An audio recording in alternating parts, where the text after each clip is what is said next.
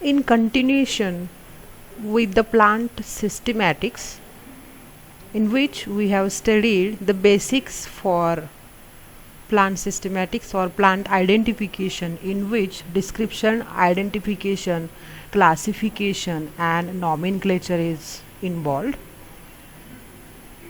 So our journey to study the plant systematics, in today's lecture we are going to continue with the other points like the species concept and the terminologies like categories, ranks, different types of taxonomy, in which alpha and omega taxonomy we are going in detail, and the taxonomy as a synthetic discipline. So let's go for the species concept.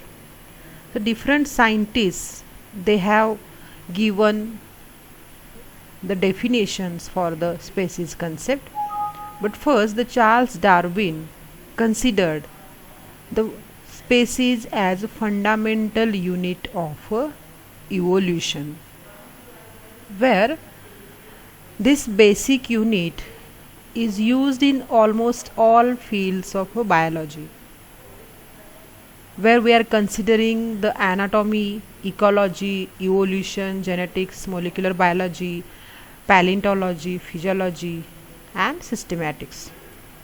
Along with this, it can be considered as the lowest taxonomic characteristics. But there are major 4 species concepts were given by different scientists. One of them is a biological species concept, and the basic idea about this biological species concept is regarding the interbreeding within a species, and that involves the natural population reproduction. So this is given by Mayer in 1942. And the integrity of species is maintained only because of this interbreeding between the natural populations. Another species concept is phylogenetic, where the species taxon as a basic monophyletic lineage, and this is given by Misher and Brandon in 1987. And the monophyletic lineage, it contains that all the descendants of a common ancestor. So whatever evolutionary patterns we are observing today, the idea behind that is a phylogenetic concept.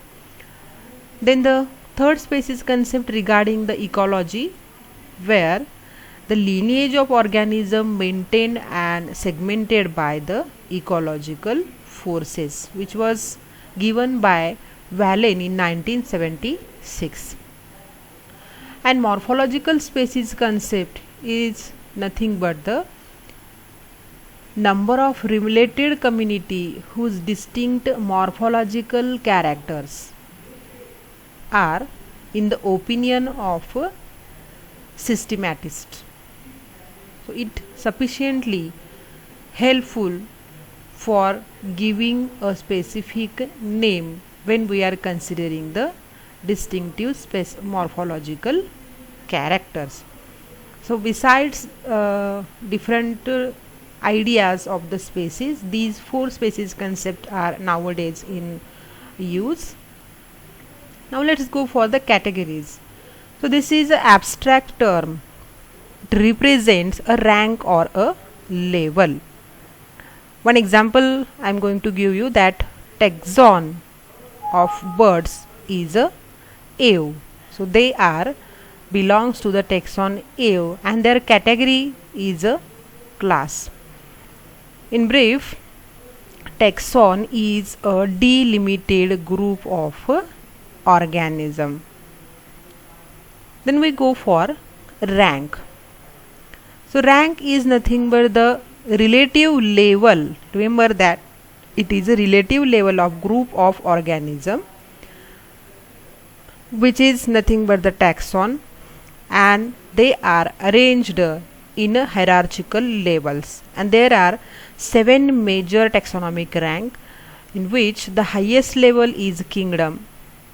Similar characters which are observed with respect to few elements in kingdom, they are incorporated in phylum. Whereas in class, important basic difference between groups is considered, and order is the convenient genetic relationship detected at class as well as the division level. Whereas in family, all the characters compared to above ranks like order, class and division, they are considered in a family. After that, the genus is nothing but the which is with more similar characters close to family, and species shows similar characters to the genus. So right from kingdom, phylum, class, order, family, genus and species, we can remember this in very brief by memorizing. Keep sports clean, family gets sick. That is kingdom, family, class, order, family, genus, species. So here the hierarchical level is shown in the form of these triangles in detail. So here another example for the how the taxonomical hierarchies are maintained, and this is for the Cocos nucifera, commonly it is known as the coconut. So it belongs to the kingdom Plantae, phylum Magnoliophyta, class Dicot, family Arachales, order Arachaceae, and genus Cocos, while species is Nucifera. And this is given by International Code of Botanical Nomenclature. Now, how the taxonomy is considered as a synthetic discipline. Number of scientists or number of people works for this taxonomical classification, and the basic idea for the categorization of species is artificial classification. So some taxonomy is classified on the basis of 1 or 2 easily recognizable characters. So this is idea of the Turrell in 1938. Afterwards, Theophrastus also classified the plant into their tree, shrub, undershrub and herb habit. Along with this, similar classification system which was based on reproductive characters of a plant, and this is also known as the sexual system, which is given by father of taxonomy, Carl Linnaeus, and he developed the binomial nomenclature system, which was started by Caspar Bauhin. Unfortunately, Caspar Bauhin not come in light. Previously he worked for the binomial nomenclature, but credit goes to Carl Linnaeus for the binomial nomenclature.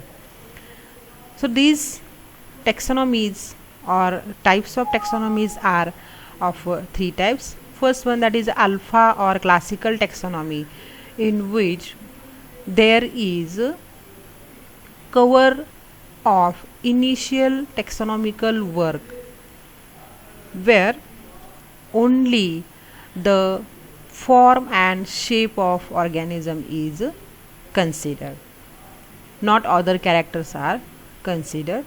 So basically it is only for the morphological characters. Then beta taxonomy or explorative taxonomy is considered along with morphology. There is consideration of embryology, cytology and anatomy also. In this taxonomy, exploration and identification along with categorization is also carried out. This results in development of herbarium as well as the botanical gardens. And the third type of a taxonomy, that is omega taxonomy or encyclopedic taxonomy, Here, with the advancement of science, plant systematics also developed, where they have considered morphology, anatomy, palynology, embryology, cytology, phytochemistry, genome analysis, nucleic acid hybridization, which is part of a taxonomic evidence, along with computer, that is internet, as well as the online data. Nowadays, Omega taxonomy is wide correspondence of all the disciplines of plant science, which is based on all information or the data available for the plant species. In Omega taxonomy, phylogenetic system of classification is considered. Here, plant species are classified on the basis of evolutionary as well as the genetic relationship of a plant, in addition to the morphological characters. More explorations and categorization for all the species was carried out in this Omega taxonomy. Here, scientists tried to identify the species with their origin and phylogenetic relationship with the other species. So, Eichler, Angler and Prandtl basis system is there, Hutchinson, Takhtajan system, Cronquist system, Dahlgren and Thorne developed also the phylogenetic classification, and they apply the relationship among species for their origin. But nowadays the scenario is totally changed, and this is because of advancement of molecular biology as well as the computer science, and the scientists are trying to relate the origin of species and their phylogenetic relationship with the help of this computer science. Carey Bremner initiated the APG system, and it concludes the taxonomic problems day by day. Now it is very important to know why there is a need to study systematics. This includes the description, identification, nomenclature and classification. It is foundation of information which gives idea of a tremendous diversity of life. It also relates to correct taxonomic determination, and we are acquiring, cataloging and retrieving the life history through identification and nomenclature.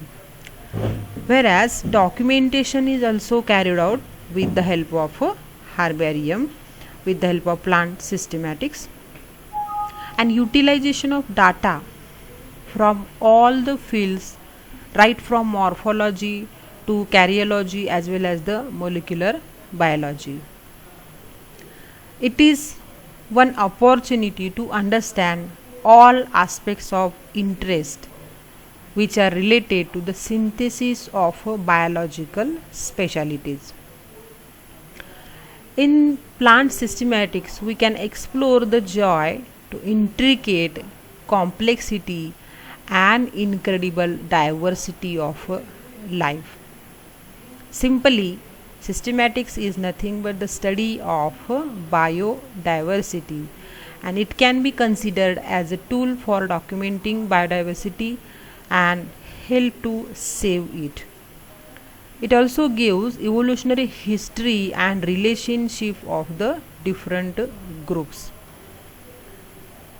It is a scientific basis for defining, delimiting species and interspecific taxa, which are an important part for the conservation biology. Number of ideas are there for the conservation biology. These are the some references which are used for the systematic. So the Michael Simpson Plant Systematics third edition. It is a good book for study of the plant systematics in detail, as well as the different points related to the plant systematics. So in next lecture we will go for International Code for Binomial Nomenclature, which is also an important part of plant systematics. Thank you.